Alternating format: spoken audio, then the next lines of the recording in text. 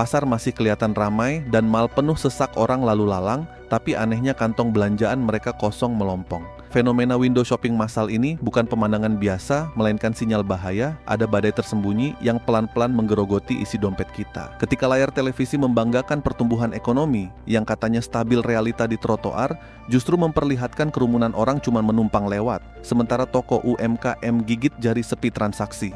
Kita terjebak ilusi kesejahteraan, padahal ada bom waktu finansial yang siap menghancurkan sisa-sisa daya beli masyarakat kecil.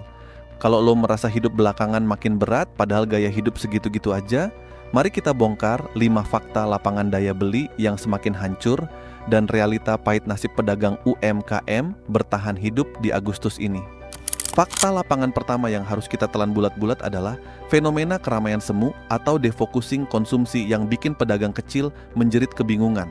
Coba lo perhatikan, pusat perbelanjaan, toko kelontong, sampai pedagang kaki lima. Di sekitar tempat tinggal lo, mereka bukan cuma mengeluh sepi pembeli, tapi pola belanja masyarakat memang sudah bergeser ke tingkat paling dasar. Orang-orang sekarang masih keluar rumah dan memenuhi fasilitas umum, tapi mereka hanya cuci mata atau menahan diri rapat-rapat karena harus menghitung sisa koin di kantong dengan mata terpejam. Kelas menengah yang selama ini jadi tulang punggung perputaran uang mendadak turun kelas secara massal, terhimpit cicilan, harga bahan pokok yang terus melambung tinggi, dan ketidakpastian pekerjaan yang selalu membayangi. Akibatnya, uang hanya berputar di pusaran kebutuhan yang paling mendesak, meninggalkan para pedagang UMKM yang dipaksa menanggung beban kemacetan arus kas yang kian hari kian mencekik leher. Masuk ke fakta lapangan kedua yang tidak kalah menyayat hati, yaitu jebakan harga murah online dan gempuran barang impor yang membantai produk lokal tanpa ampun. Kita sering membanggakan kemudahan teknologi, tapi di balik layar gawai yang kita genggam, ada algoritma rakus yang membunuh toko-toko fisik di pinggir jalan secara perlahan dan sistematis. Pedagang UMKM tradisional yang mengandalkan tatap muka kini harus bertarung melawan raksasa digital yang membanjiri pasar dengan barang-barang harga tidak masuk akal hasil subsidi atau dumping negara luar. Bagaimana bisa seorang pedagang baju di pasar lokal bersaing kalau ada produk serupa yang dijual secara daring dengan harga yang bahkan lebih murah dari harga bahan mentah mereka? Ini bukan lagi soal kompetisi yang sehat atau siapa yang paling kreatif memanfaatkan media sosial, tapi ini adalah pembantaian massal terhadap ekonomi kerakyatan yang tidak dibentengi oleh regulasi yang tegas dan berpihak. Kita mengeluh bisnis lokal mati, tapi jari jemari kita sendiri terus menekan tombol beli pada barang-barang impor murah yang memanjakan mata. Tanpa sadar kita sedang ikut mengencangkan tali gantungan leher bagi tetangga kita sendiri yang berjualan di depan gang. Lalu kita dihadapkan pada fakta lapangan ketiga yang sangat merusak, yaitu fenomena jeratan utang konsumtif dan ilusi kemudahan pinjaman digital yang menggerogoti masa depan. Ketika pendapatan real merosot dan daya beli real hancur berkeping-keping, masyarakat tidak mendadak berhenti mengonsumsi, melainkan mereka beralih mencari jalan pintas yang merusak melalui layanan kredit instan dan pinjaman daring. Uang gajian yang seharusnya diputar kembali ke pasar lokal buat membeli barang dan jasa dari UMKM kini mengalir deras setiap bulannya untuk membayar pokok dan bunga pinjaman yang terus membengkak. Masyarakat terjebak dalam lingkaran setan meminjam untuk bertahan hidup yang pada akhirnya memeras habis sisa uang dingin yang mereka miliki untuk masa depan. Ini adalah parasit tersembunyi dalam sistem ekonomi kita hari ini, di mana lembaga keuangan digital meraup untung dari keputusasaan warga, sementara sektor real tempat rakyat kecil mencari nafkah justru mati kekeringan karena tidak ada lagi sisa uang segar yang berputar di tengah-tengah publik. Melangkah lebih jauh ke fakta lapangan keempat, kita melihat kenyataan pahit tentang matinya efisiensi produksi akibat lonjakan biaya operasional yang tak terkendali. Para pemilik usaha kecil sekarang berada di posisi yang sangat serba salah, sebuah dilema mematikan yang tidak pernah diajarkan di buku-buku teori bisnis manapun. Di satu sisi, harga bahan baku, tarif listrik, sewa tempat, hingga biaya logistik terus merayap naik tanpa ada tanda-tanda bakal turun kembali.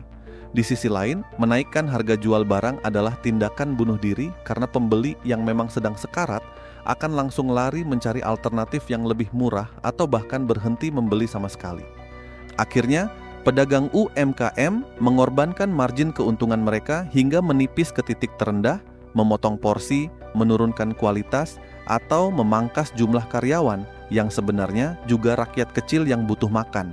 Mereka bekerja belasan jam sehari bukan lagi untuk menumpuk kekayaan atau memperbesar skala usaha, melainkan hanya agar toko mereka tidak digembok besok pagi, sebuah perjuangan heroik namun tragis, yang seringkali luput dari angka statistik resmi pemerintah. Hingga akhirnya kita tiba pada fakta lapangan kelima yang menjadi puncak kekecewaan, yaitu ilusi bantuan, dan tidak hadirnya solusi struktural yang benar-benar menyentuh akar permasalahan. Kita sering mendengar narasi manis tentang program dukungan, pelatihan digital, atau pencairan bantuan sosial yang digembar-gemborkan di berbagai media nasional sebagai pahlawan penyelamat ekonomi. Namun jika kita turun langsung dan bertanya pada para pelaku UMKM di lapangan, sebagian besar dari mereka merasa bantuan tersebut hanyalah perban kecil untuk luka tembak yang sudah terlanjur membusuk. Pelatihan menjual produk secara daring tidak ada gunanya jika daya beli masyarakat secara keseluruhan memang sedang berada di titik nadir dan tidak ada uang yang bisa dibelanjakan. Kebijakan yang dikeluarkan seringkali terasa setengah hati, lebih berfokus pada pencitraan angka-angka di atas kertas ketimbang memperbaiki rantai pasok, menekan inflasi pangan, atau menciptakan lapangan kerja yang layak bagi masyarakat luas. Kita dibiarkan bertarung sendirian di dalam arena permainan yang sengaja dirancang bukan untuk memenangkan rakyat kecil, memaksa kita untuk saling sikut hanya demi memperebutkan remah-remah ekonomi yang tersisa. Melihat fakta-fakta kelam di lapangan ini, sangat wajar kalau rasa skeptis, amarah, dan keputusasaan mulai merayap masuk ke dalam pikiran kita semua saat memikirkan masa depan. Kita berhak mempertanyakan sistem yang terus menuntut kita untuk bekerja lebih keras, namun memberikan hasil yang semakin hari semakin tidak sebanding dengan keringat yang menetes. Tapi ingatlah, menyadari ketidakadilan dan kekacauan ini bukan berarti kita harus pasrah dan menyerahkan nasib begitu saja kepada keadaan yang serba menekan. Justru dari kesadaran kritis inilah kita bisa mulai berhenti menjadi konsumen yang naif dan mulai menjadi masyarakat yang lebih bijak serta solid dalam mengambil keputusan finansial. Kita bisa mulai menyelamatkan satu sama lain dengan cara paling sederhana, yaitu mengalirkan kembali uang kita ke warung-warung tetangga, mendukung produk-produk lokal, dan saling menjaga agar roda ekonomi paling bawah tidak benar-benar berhenti berputar. Buat kalian para pelaku UMKM dan seluruh masyarakat yang hari ini masih terus berjuang merangkai asa di tengah gempuran badai daya beli yang menghantam, ketahuilah bahwa daya tahan dan keberanian kalian adalah bukti nyata betapa tangguhnya bangsa ini. Perjuangan kalian menahan lelah di bawah terik matahari dan ketidakpastian hari esok bukanlah sesuatu yang sia-sia, melainkan fondasi terakhir yang membuat negeri ini masih bisa berdiri tegak. Mari kita tetap kritis memantau setiap kebijakan, tetap cerdas mengelola apa yang kita miliki, dan jangan pernah biarkan rasa lelah mematikan harapan kita untuk masa depan yang lebih adil. Kalau cerita dan analisis jujur ini terasa dekat dengan apa yang lagi lo rasakan saat ini, jangan ragu buat bagikan video ini ke teman atau keluarga kalian, tekan tombol suka untuk mendukung narasi independen seperti ini, dan pastikan lo sudah subscribe supaya kita bisa terus membongkar realita dan belajar bareng melihat dunia dengan mata terbuka. Terima kasih sudah mendengarkan sampai akhir, jaga diri baik-baik, dan sampai jumpa di narasi kritis berikutnya.